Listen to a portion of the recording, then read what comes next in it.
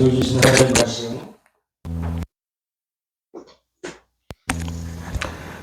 에베소서 5장 22절입니다. 에베소서 5장 22절로부터 33절까지. 에베소서 5장 22절로부터 33절까지의 말씀, 제가 개역개정 성경으로 봉독합니다. 아내들이여 자기 남편에게 복종하기를 주께 하듯 하라. 이는 남편이 아내의 머리됨이 그리스도께서 교회의 머리됨과 같음이니 그가 바로 몸의 구주시니라. 그러므로 교회가 그리스도에게 하듯 아내들도 범사에 자기 남편에게 복종할지니라. 남편들아 아내 사랑하기를 그리스도께서 교회를 사랑하시고 그 교회를 위하여 자신을 주심같이 하라. 이는 곧 물로 씻어 말씀으로 깨끗하게 하사 거룩하게 하시고 자기 앞에 영광스러운 교회로 세우사 티나 주름 잡힌 것이나 이런 것들이 없이 거룩하고 흠이 없게 하려 하심이라. 이와 같이 남편들도 자기 아내의 사랑하기를 자기 자신과 같이 할지니 자기 아내를 사랑하는 자는 자기를 사랑하는 것이라. 누구든지 언제나 자기 육체를 미워하지 않고 오직 양육하여 보호하기를 그리스도께서 교회에게 함과 같이 하나니 우리는 그 몸의 지체임이라. 그러므로 사람이 부모를 떠나 그의 아내와 합하여 그 둘이 한 육체가 될지니 이 비밀이 크도다. 나는 그리스도와 교회에 대하여 말하노라. 그러나 너희도 각각 자기의 아내 사랑하기를 자신과 같이 하고 아내도 자기 남편을 존경하라. 아멘. 세번역 성경으로 우리 한 절씩 교독하겠습니다. 아내되니 여러분 남편에게 하기를 주님께 하듯 하십시오. 그리스도께서 남편은 아내의 머리가 됩니다. 바로 그리스도께서는 몸의 구주이십니다. 교회가 그리스도께 순종하듯이 아내도 모든 일에 남편에게 순종해야 합니다. 남편되니 여러분 아내를 사랑하기를 그리스도께서 교회를 사랑하셔서 교회를 위하여 자신을 내주신 같이 하십시오. 그리스도께서 그렇게 하신 것은 교회를 물로 씻고 말씀으로 깨끗하게 하여서 거룩하게 하시려는 것이며 티나 종이나 또 그와 같은 것들이 없이 아름다운 모습으로 교회를 자기 앞에 내세우시려는 것이며 교회를 거룩하고 흠이 없게 하시려는 것입니다. 이와 같이 남편도 아내를 자기 몸과 같이 사랑해야 합니다. 자기 아내를 사랑하는 것은 곧 자기를 사랑하는 것입니다. 자기 육신을 미워하는 사람은 없습니다. 누구나 자기 육신을 먹여 살리고 돌보기를 그리스도께서 교회를 그렇게 하시듯이 합니다. 우리는 그리스도의 몸의 지체입니다. 그러므로 사람이 부모를 떠나 자기 아내와 합하여 그 둘이 한 몸이 되는 것입니다. 이 비밀은 큽니다. 나는 그리스도와 교회를 두고 이 말을 합니다. 그러므로 여러분도 각각 자기 아내를 자기 몸같이 사랑하고 아내도 자기 남편을 존중하십시오. 아멘. 할렐루야. 오늘 말씀 제목은 부부 묵상입니다.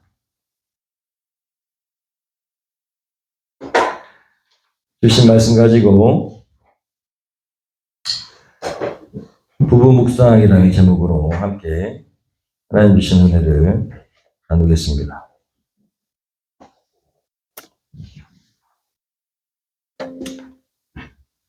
가족의 날이 끝나가고 있습니다. 5월은 가정의 날인데 지난주는 부부의 날이었습니다. 이번 주에 이런 온라인상에 이런 유머를 보게 됐어요. 한번 읽어볼까요? 집에서 한 끼도 안 먹는 남편은 사랑스러운 영식씨랍니다. 한 끼 먹는 남편, 귀여운 일식씨. 두 끼 먹는 남편은요? 두식씨. 세 끼 먹는 남편.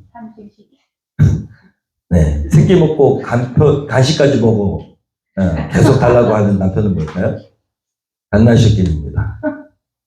제가 이 글을 보면서 참 남편이 밥 먹는 거를 아내들이 굉장히 스트레스 받겠구나 라는 생각을 했어요. 저는 그렇게까지 생각하지 않는데 아내들이 제일 이렇게 신경 쓰는 게 식사인가 보다 라는 생각을 했습니다. 마음 가운데 주신 오늘 말씀 가지고 섭리 가운데 준비를 하는데, 지난주에 사실은 부부주일이었어요. 그리고 또 스승의 주일이기도 하였고요. 한 주 지났지만 계속해서 마음 가운데 주시는 말씀이 에베소서 5장의 말씀이기 때문에 함께 나누려고 합니다. 이번 주에 말씀을 준비하는데 성립 가운데 하나님께서 한 목사님의 글을 보게 하셨는데 목사님이 어떤 분의 글을 보시고 자기의 생각을 담은 거예요. 어떤 여성분이 쓴 글입니다. 그분의 글은 남편이라는 문정희 씨가 쓴 시인, 문정희 씨가 쓴 글을 인용하면서부터 시작합니다. 어떤 여성분이 쓰신 글이에요. 근데 남편이라는 이 시가요, 되게 유명한가 봐요. 저는 처음 보는데 문정희 씨가 쓴 이 남편이라는 글에는 이런 대목이 있습니다. 쭉 아버지도 아니고 오빠도 아닌 아버지와 오빠 사이에 천수쯤 된 남자라고 시작하는데 중간쯤 보면은 무슨 원수인가 싶을 때도 있지만 지구를 다 돌아다녀도 내가 낳은 새끼들을 제일로 사랑하는 남자는 이 남자일 것 같아 다시금 오늘도 저녁을 짓는다. 그러고 보니 밥을 나와 함께 가장 많이 먹은 남자, 전쟁을 가장 많이 가르쳐준 남자. 그렇게 이 남편에 대해서 문정희 씨가 쓰고 있어요. 그리고 에세이를 쓴 이 여성분이 이렇게 쓰고 있습니다. 이 시를 읽으니 문득 제가 남편과 결혼한 지도 벌써 40년이 넘었다라는 생각이 듭니다.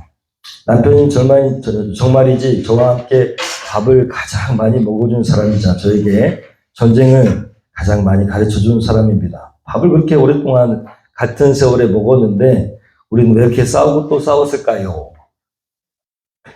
부부관계의 가장 큰 비극을 서로 알려고 하지 않는다는 것입니다. 연애할 때는 어떤 커피를 가장 좋아하는지, 어떤 옷 스타일을 좋아하는지, 어떤 곳을 싫어하는지, 어떤 영화를 싫어하는지 시시콜콜 물었습니다. 매일 만나는데 무슨 할 얘기가 그렇게 많은지, 밥은 먹었어? 누구랑? 뭐 했어? 맛있어? 속속들이 답하느라고 휴대폰 배터리가 금방 닳곤했습니다. 그러나 결혼하고 1년 지나도 언제나 그랬냐는 듯이 더 이상 서로를 궁금해하지 않았습니다. 서로가 서로를 대하여 아주 잘 알고 있다고 착각했기 때문입니다. 저도 그랬습니다. 남편이 저를 잘 아는 줄 알았습니다. 웬만한 일에는 일희일비하지만 한편으로는 저에게도 여린 소녀 같은 면이 있다는 것을, 이성적이고 차분한 편이지만 실은 제가 굉장히 예민한 감수성을 가지고 있다는 것을 남편이 당연히 아는 줄 알았습니다.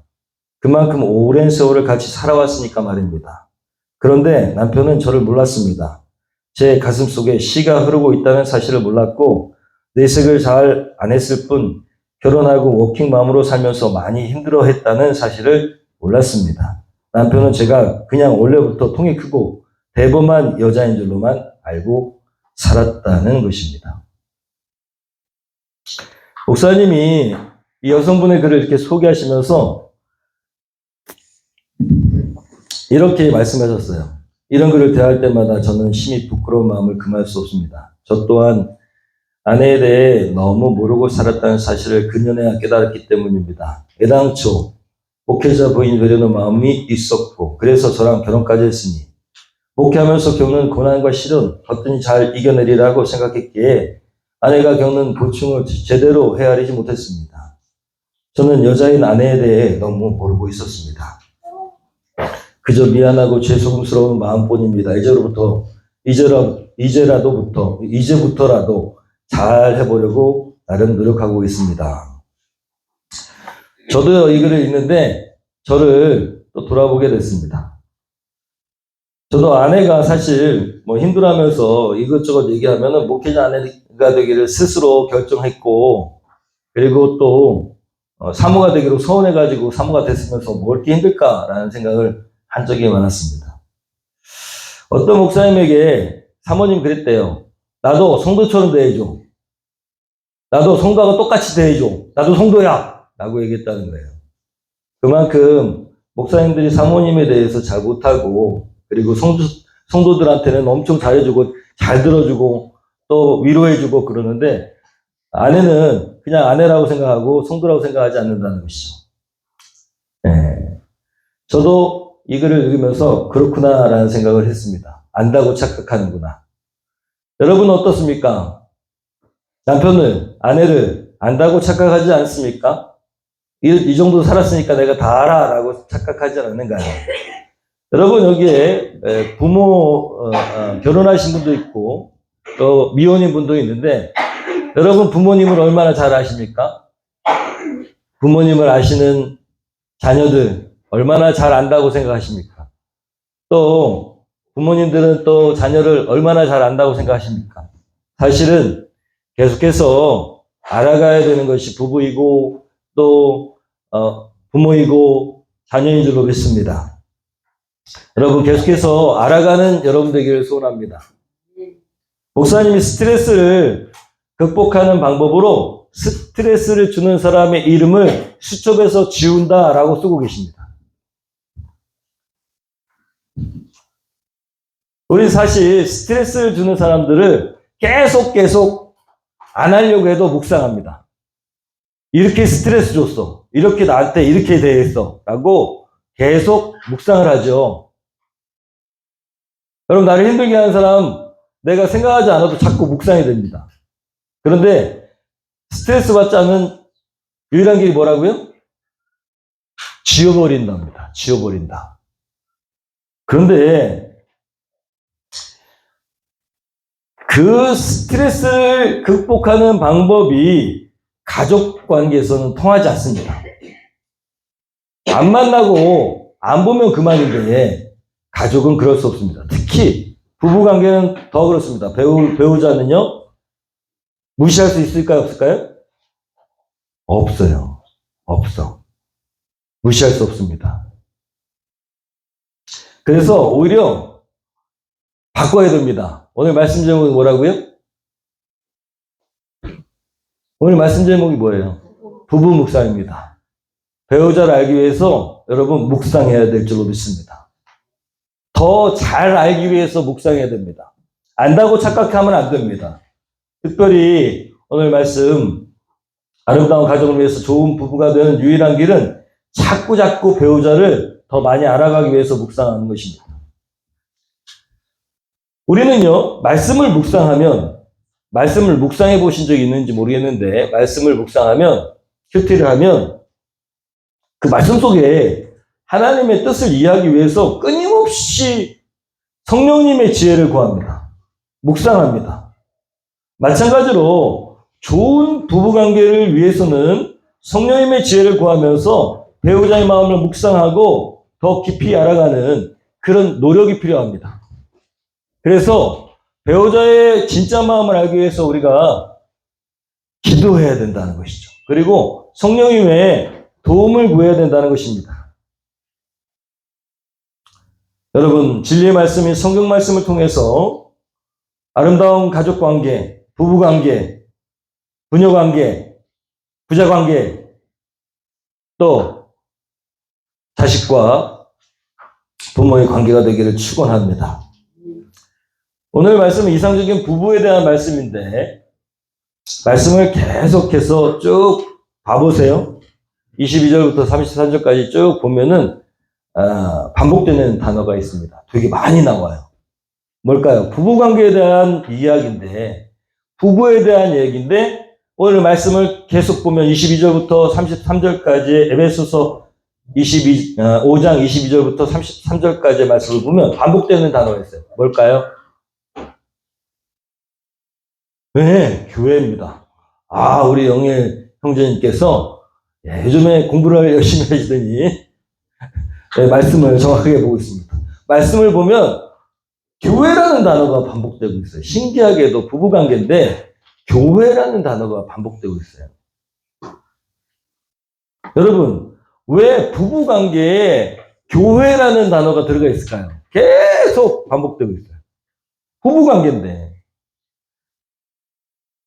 부부관계는 여러분 배우자와 나와의 관계는 교회와 같다는 것입니다. 교회라는 얘기예요. 교회를 닮았다이기도 하지만 교회다라는 거예요. 부부는 뭐다고요? 뭐라고요? 교회라고. 여러분, 가정은요, 교회의 시작인 줄로 믿습니다. 여러분, 가정이 무너지기 시작하면 교회가 약해지는 줄로 믿습니다. 부부관계가 무너지면 가정은 유지되지 못합니다. 여러분, 교회를 세우신 하나님은 부부를 함께 할 수 있도록 가정을 만드신 분이십니다.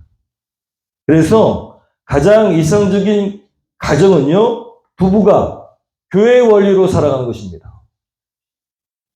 오늘 말씀, 그래서 여러분, 하나님께서 가정을 통해서 교회를 이루고 계시다는 사실을 잊지 말아야 됩니다. 가장 이상적인 가정은 어떤 가정이라고요? 교회가 되는 가정이라는 겁니다.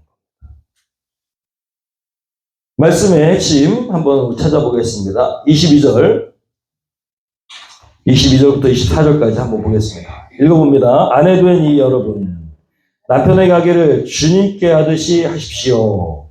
그리스도께서 교회의 머리가 되심과 같이 남편은 아내의 머리가 됩니다. 바로 그리스도께서는 몸의 구주이십니다. 교회가 그리스도께 순종하듯이 아내도 모든 일에 남편에게 순종해야 합니다. 교회의 머리는 누구시라고요? 예수 그리스도십니다. 늘 강조하지만 교회의 주인은 성도도 아니고 담임 목사도 아닙니다. 교회의 주인은 누구시라고요? 예수 그리스도십니다. 그래서 교회가 어떤 일을 결정할 때 예수님이, 하나님이 어떤 걸 원하시는지를 찾아야 됩니다. 이게 옳다, 저게 그러다, 내 말이 옳다 하면 안 됩니다. 주님이 무엇을 원하실까를 찾아야 됩니다.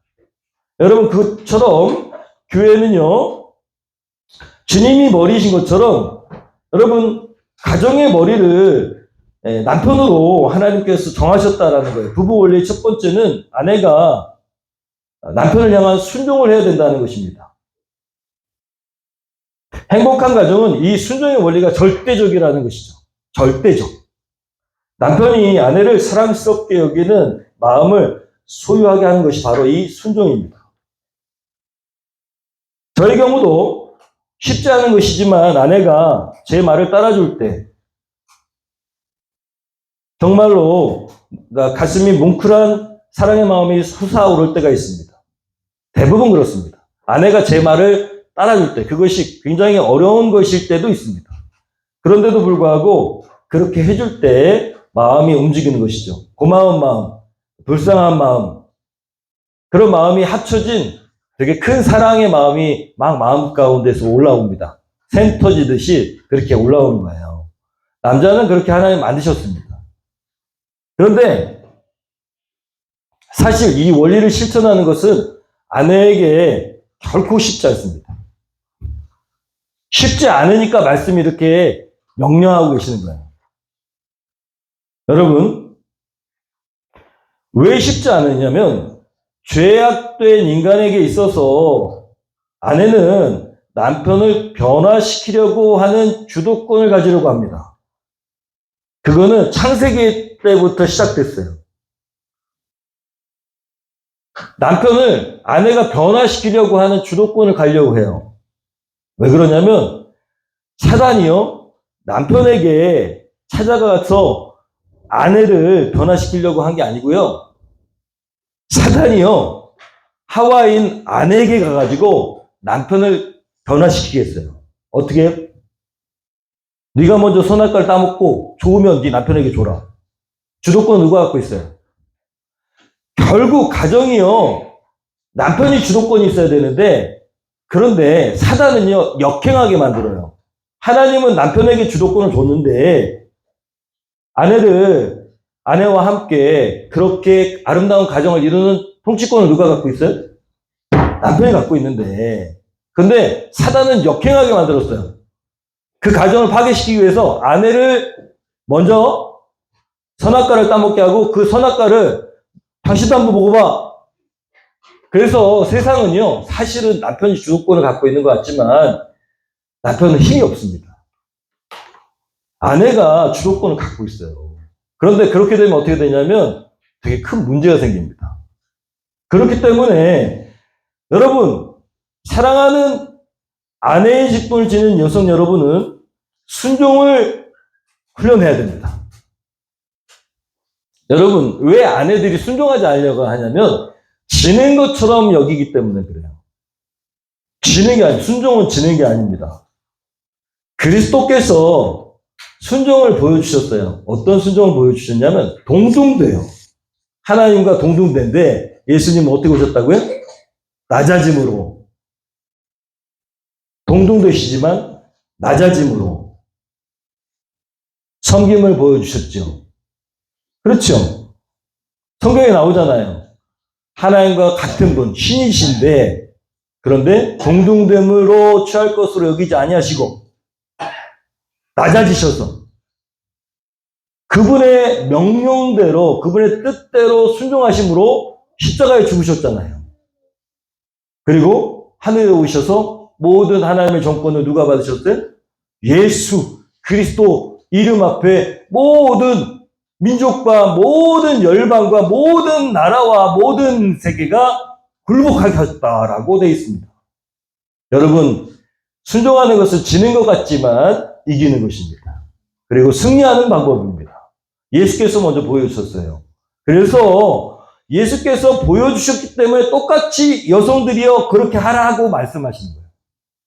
결국은 승리하는 것은 순종하는 것입니다. 낮아지는 것이 아니고 낮아짐을 통해서 큰 자가 되는 비결입니다. 여러분, 남편이 주님의 뜻에 벗어나지 않는 이상 주님의 뜻과 상충되면 안 돼요. 교회 가지 마! 그런데 나 순종해야지. 그래서 교회를 안 가는 거나 그러면 안 된다는 거예요. 그렇지만 남편의 뜻이 주님의 뜻과 상충되지 않으면 누구 따라야 된다고요? 남편에게 순종해야 된다는 거예요. 지는 것이 아니라 낮아지는 마음이라는 것입니다. 그것이 훈련되어야 된다는 것입니다. 여러분, 부부관계의 행복은 아내의 순종부터 시작되는 줄로 믿어야 합니다. 할렐루야. 반대로 여러분, 그 순종이요, 주님께 하듯 하라고 분명히 되어 있어요. 주님께 하듯. 이건 하고 안 하고가 아니고, 만약에 예수님이 여러분에게 명령하셨다면 하시겠죠. 당연히 하시겠죠. 왜? 우리의 주인이 누구시니까요? 예수님이시니까. 그런데 성경은 그렇게 말씀하세요. 주님께 하듯 하십시오 라고 되어 있습니다. 반대로 남편은요, 남편은 어떻게 될까요? 남편의 신앙 원리는요, 25절부터 28절까지입니다. 한번 읽어보겠습니다. 남편들이 여러분, 아내를 사랑하기를 그리스도께서 교회를 사랑하셔서 교회를 위하여 자신을 내어주신 같이 하십시오.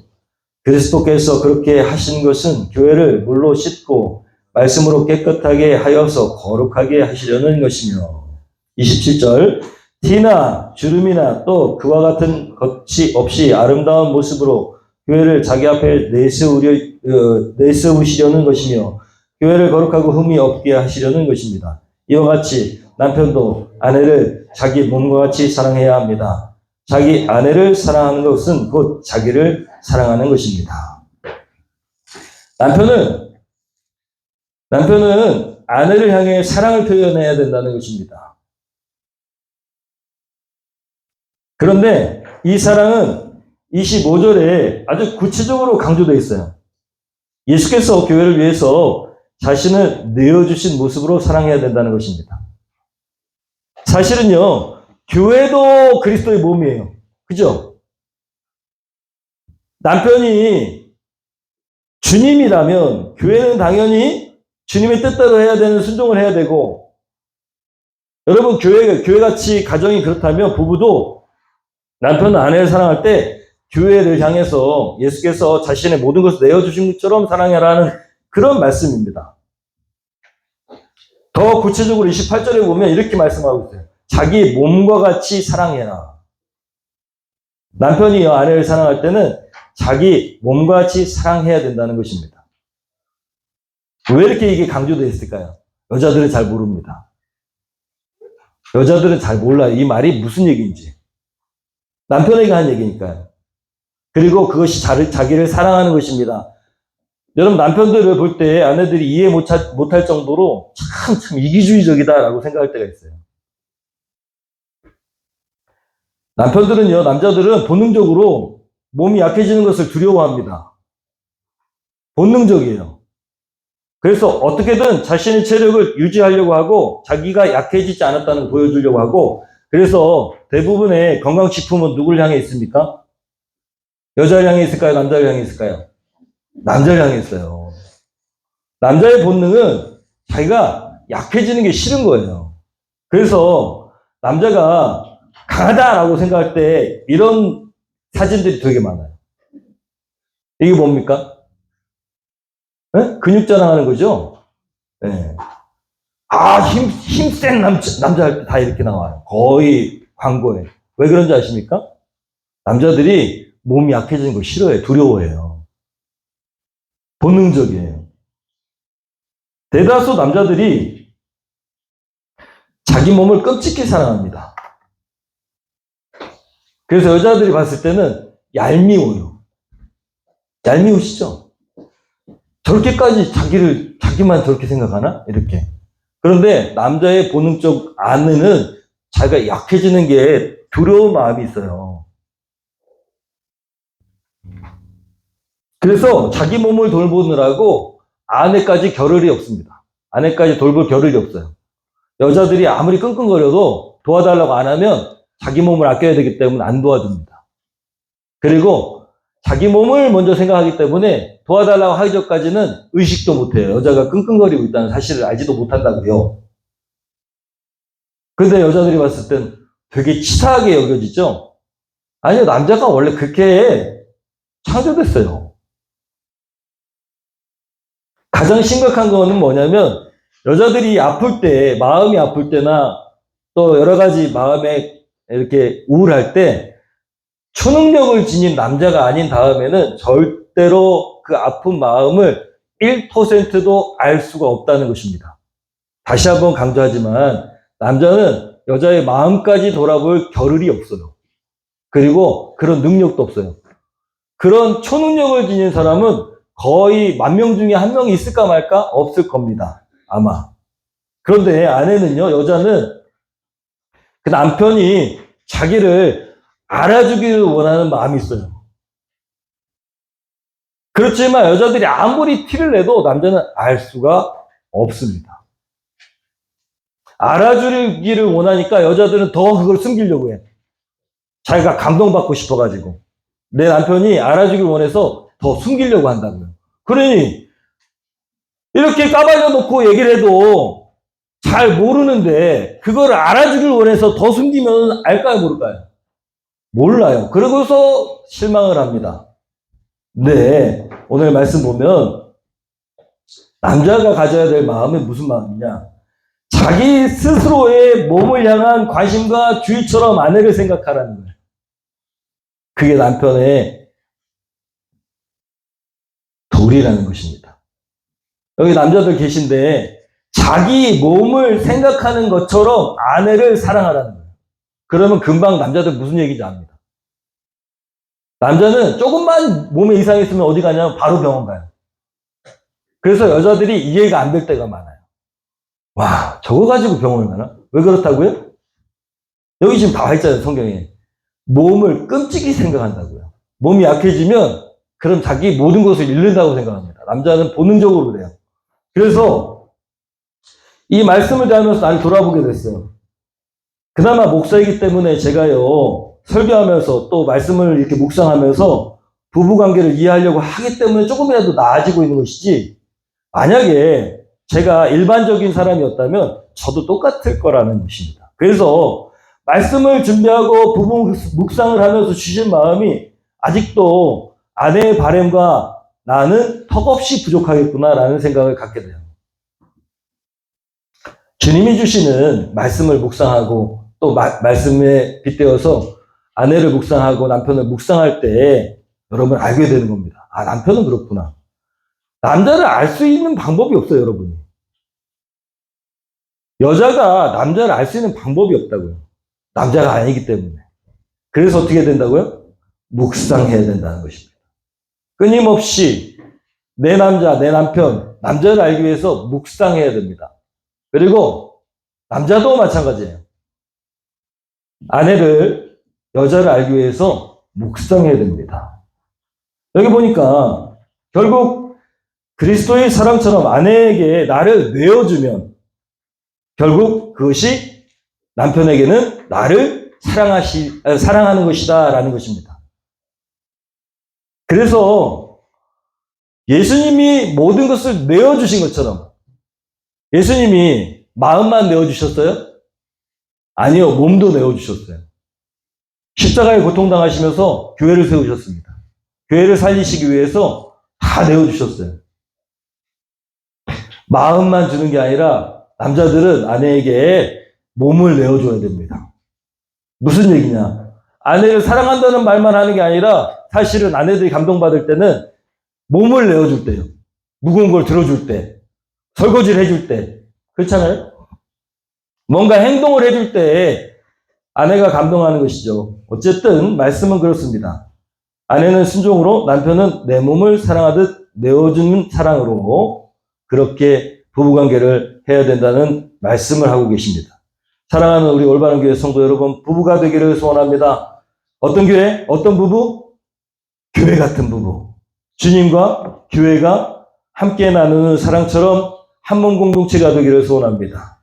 여러분, 교회는 한 몸 공동체인데, 한 몸 공동체. 내가 아프면, 저 성도가 아프면, 나도 거기에 마음 쓰고 있어야 돼요. 그것이 교회입니다.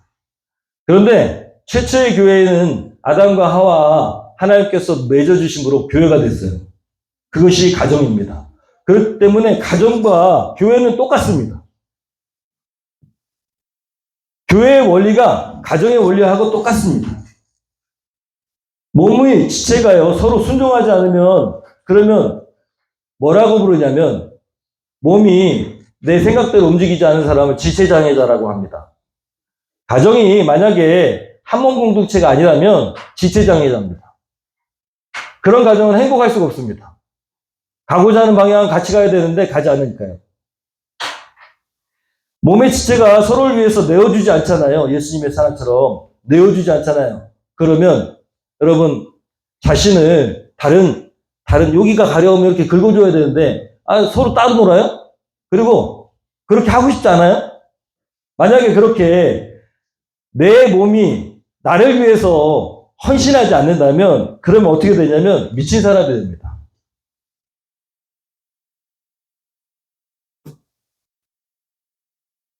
부부가 행복할 수 있는 것은 하나님 나라를 향해서 같은 마음을 품는 것입니다. 교회가 되는 것이죠. 늘 말씀드리지만 같은 사역자가 되어야 됩니다.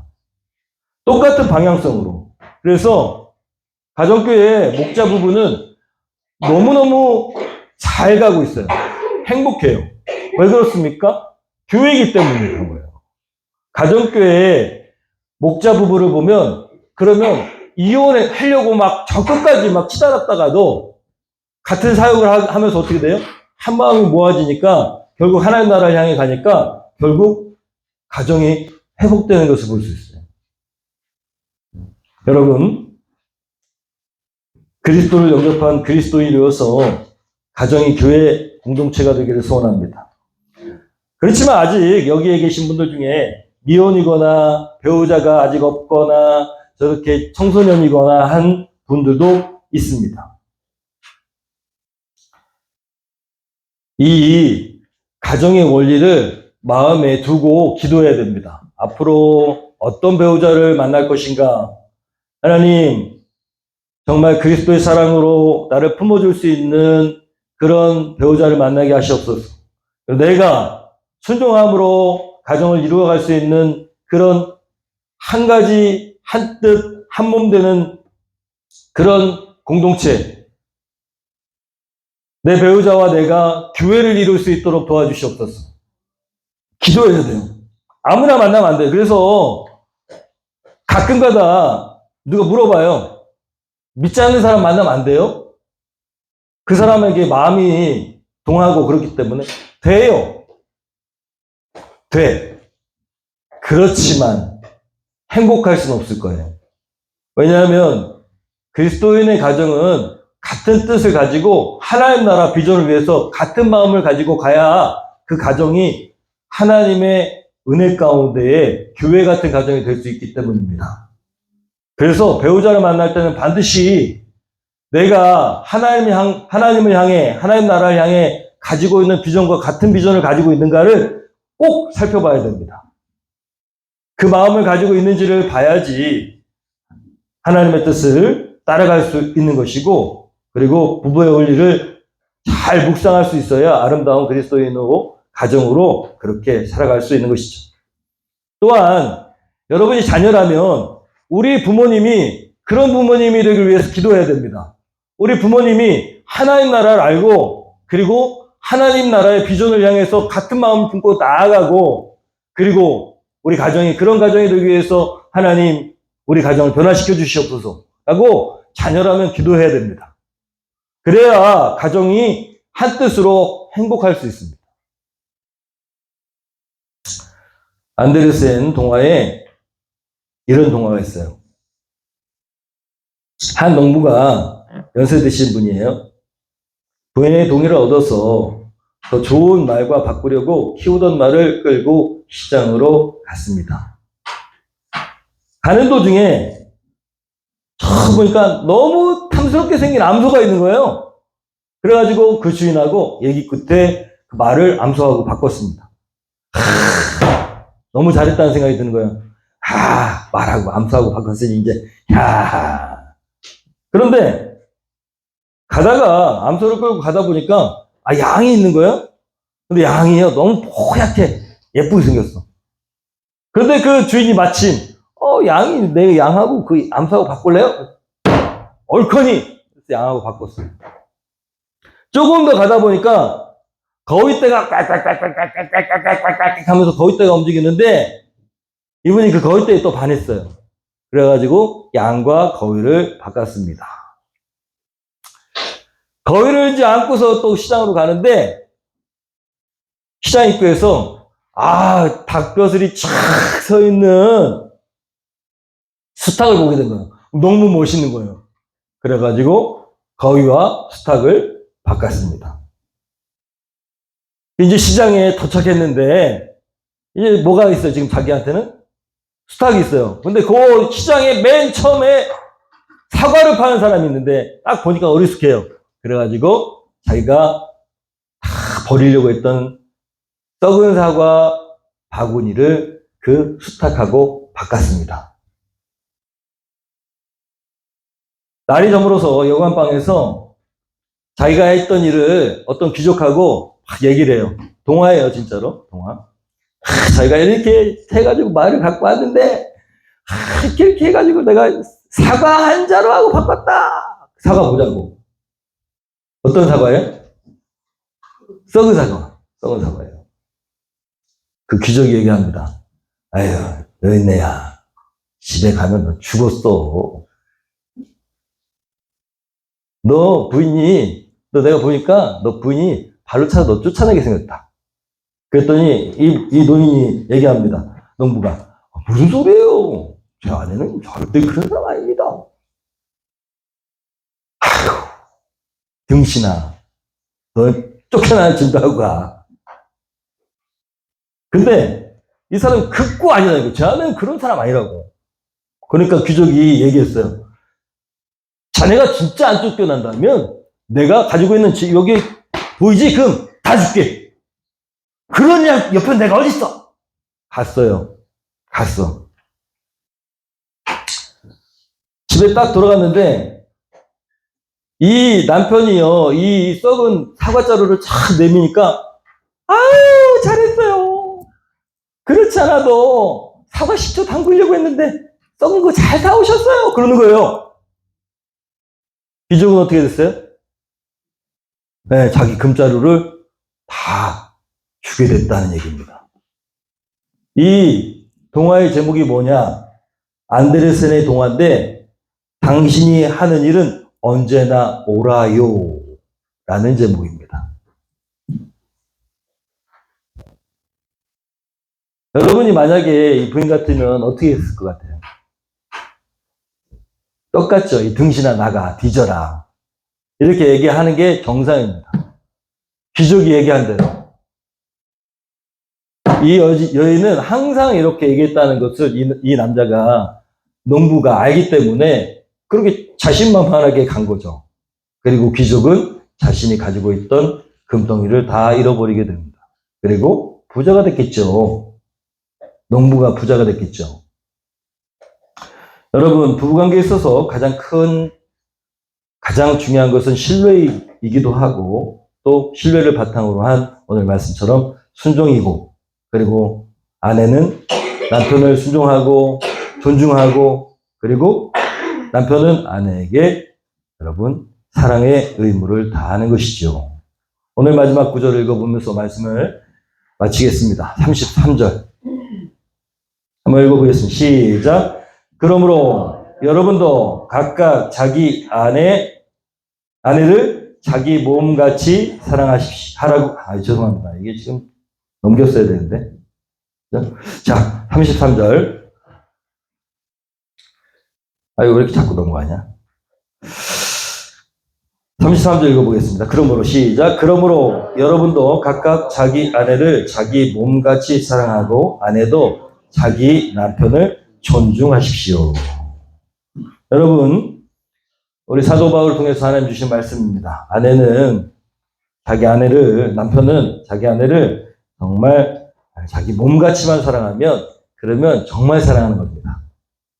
여자들은 이해가 안 되겠지만 어쨌든 그렇습니다. 여기 남자들은 다 이해할 겁니다. 자기 몸을 사랑하듯이 아내를 사랑하면 그러면 진짜 아내가 감동할 겁니다. 아내는 남편을 존중해주고 존경해주면 그러면 남편들은 아내를 정말 고마워하고 사랑할 것입니다. 여러분, 남편이 제일 좋아하는 게 제가 말씀드린 것처럼 존중한다. 존경합니다. 여러분, 개역개정에는 존경이라고 써 있죠. 남편이 정말 감동받을 겁니다. 교회는요, 이렇게 사랑과 존경이 이루어지는 곳입니다. 그리고 교회와 같이 가정도 그래야 될 줄로 믿습니다. 내 가정은 안 될 거다라고 생각하지 마십시오. 내 남편, 내 아내는 안 될 거라고 생각하지 마십시오. 어떻게 해야 됩니까? 오늘부터 기도하고 그런 마음을 달라고 성령님의 은혜를 구하면 됩니다. 여러분, 한몸 공동체인 교회가 한몸 공동체로서 제대로 역할을 못하기 때문에 지금 교회가 지탄을 받고 있는 거거든요. 그렇지 않아도 교회 가면은 비참한데 교회는 뭐하러 가? 그렇지 않아도 내 인생은 비참한데 교회는 뭐하러 가라고 얘기했다고 그랬잖아요, 제가. 여러분, 교회가 정말 새로운 영혼이 오면 너무너무 행복해하고 기뻐하고 그 영혼을 위해서 정말 그 영혼이 완전한 영육간의 치유가 일어날 수 있도록 그렇게 하는 병원이 되어야 되는데 그렇지 못하기 때문에 그런 것처럼 가정이 내 배우자를 내가 믿을 수 없고 내 배우자가 나를 사랑해준다는 사실을 깨달을 수 없다면 그럼 얼마나 불행하겠어요. 내 배우자와 내가 한몸 공동체라는 사실을 알지 못한다면 얼마나 힘들겠어요. 여러분, 남편들은요, 아내가 한몸이라는 사실을 잘 모릅니다. 저도 결혼한 지 한 10년 넘어서야 알게 됐어요. 남편은 아내를 한몸이라고 생각하지 않아요. 여자는 한몸 되길 원하는데. 그렇습니다. 여러분, 기도하고 누가 먼저 해야 될까요? 네, 내가 먼저. 그래서 아까 말씀드렸잖아요. 나로부터 시작하길 원하신다. 그러니까 여러분이 말씀 듣는 이 자리에 지금 앉아 계신 겁니다. 하나님의 섭리로. 누가부터 시작해야 된다고요? 내가부터. 내가 하나님이 주신 말씀처럼 그렇게 부부를 묵상해. 내 배우자를 묵상하고 나로부터 그렇게 시작하는 한 주간 되기를 소원합니다. 이번 주 말씀을 듣고 여러분 그냥 넘어가지 마시고 정말 아내를 도와주는 그런 남편이 되기를 소원합니다. 제가 우리 아이들을 보면서 이런 마음을 갖게 되는 거예요. 저 아이들이 나중에 이제 결혼할 텐데, 그죠? 결혼해가지고 안 할 수도 있겠지만 어떤 남자를 데려와서 결혼하는데 그 남자가 제 마음에 찰 리가 없어요. 어떤 훌륭한 남자를 데려와도 제 마음에 100%들 리가 없어요. 왜? 제가요, 제 딸아이를 더 사랑하니까요. 이렇게 얘기하면 안 돼. 그 논팽이보다 제 딸아이가 훨씬 소중하니까요. 그죠? 근데요, 제가 우리 딸아이 부부 묵상이 말씀을 준비하면서 기도하는데, 하나님이 우리 부부를 생각할 때 어떠실까? 라는 생각을 했습니다. 하나님이 얘가 그래도 제일 나라고 해서 그 부부를 만나게 하지 않았을까요? 그리고 야, 내 딸아, 내 아들이야, 내 아들이야, 내 아들아, 내 딸이야, 잘해줘 라고 그렇게 말씀하지 않을까. 그런 마음에 하나님이 주신 마음을 받았어요. 내 딸 잘 부탁한다. 아마 제가 제 사회가 될 논팽이를 데려오면 제가 그렇게 얘기하겠죠. 정말 빚진 자의 마음으로 그 아이에게, 그 남자애에게 얘기하겠죠. 내 딸 진짜 잘 부탁해.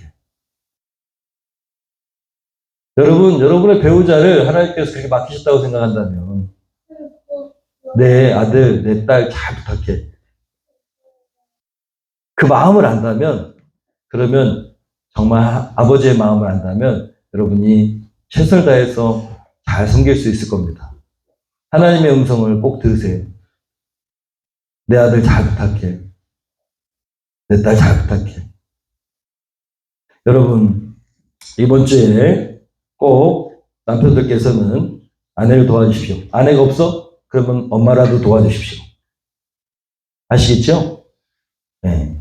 두 번째, 여자들은 남편에게 순종하고 또 남편에게 복종하고 존중하기를 부탁드립니다. 예수님에게 하듯. 분명히 써 있습니다. 오늘 말씀에 뭐라고 되어 있다고요?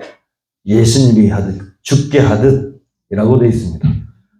네, 여러분, 그렇게 한 가지라도 뭘 할지 모르겠지만 어쨌든 한 가지라도 기도하면서 주시는 마음을 꼭 하시고, 네, 딸들은 아빠한테, 엄마한테 그렇게 하시면 되겠습니다. 자녀들은 배우자와 부모님을 위해서 좋은 가정을 위해서 기도하는 한 주간 되기를 소원합니다. 꼭 기도하셔서 여기 말씀에 나온 그런 가정이 우리 가정이 되게 하여 주시옵소서. 여러분 계속하는 것처럼 감사하는 계속 하시고 또 이번 연도 화평이 되기 위해서 우리가 실천사항으로 인사하기, 칭찬하기, 변화하기 하고 있는데 잘 해낼 수 있는 한 주가 되기를 소원합니다. 우리 시간에 결단 찬양하겠습니다.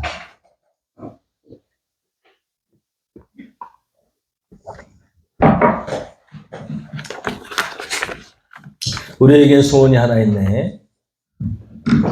우리 가정이 교회되고 교회가 가정되는 그런 여러분의 소원이 되기를 소원합니다. 1절은 교회라고 그대로 부르고 두 번째 부를 때는 교회를 가정으로 바꿔서 부르겠습니다. 결단하면서 찬양합니다. 우리에겐 소원이 하나 있네. 우리에겐 소원이 하나 있네. 주님 다시 오실 그날까지 우리 가슴에 새긴 주의 십자가 사랑 나의 교회를 사랑케 하네. 주의 교회를 향한 우리 마음 희생과 포기와 고난과 고난 아무며 죽음조차 우릴 막을 수 없네. 우리 교회는 이 땅의 희망 교회를 교회 되게 예배 되게 우리 사여와서 진정한 부흥의 날 오늘 임하도록 우리 사용하소서. 한 번 더 찬양합니다. 우리에게 소원이 하나 있네. 가슴에 손을 얹고 주님 다시 오신 그날까지 우리 가슴에 새긴 나의 가정을 사랑케 하네. 주의 가정을 향한 우리 마음 일생과 포기와 가난과 고난 하물며 죽음조차 우리 막을 수 없네. 우리 가정은 이 땅의 희망. 가정을 교회되게 예배되게 우리 사용하소서. 진정한 부흥의 날 오늘 임하도록 우리 사용하소서. 우리 주의 눈을 감고 오늘 말씀 받은 대로 실천사항 5가지 아내를 도와주겠습니다. 제 몸을 내어주겠습니다. 작은 것 하나 정말 교회 정말 가정을 청소하고 또 설거지도 하고 또 쓰레기도 치워지고 하나님 제가 몸을 내어주는 실천으로 아내를 사랑하겠습니다. 남편에게 순종하겠습니다. 예수님께 하듯 순종의 마음으로 섬기겠습니다. 존중하겠습니다. 존경하는 마음으로 말하겠습니다. 배우자와 부모님을 위해서 기도하겠습니다. 제가 감사하는 삶을 통해서 잃어버린 은혜를 채우고 하나님의 은혜의 감격을 채우겠습니다. 인사하고 칭찬하고 변화하는 화평인의 삶을 살아갈 수 있도록 주님 생각나게 하시옵소서. 우리 시간에 결단 기도 1분 정도 소리내지 않고 하나님과의 관계 가운데서 기도하겠습니다. 기도합니다.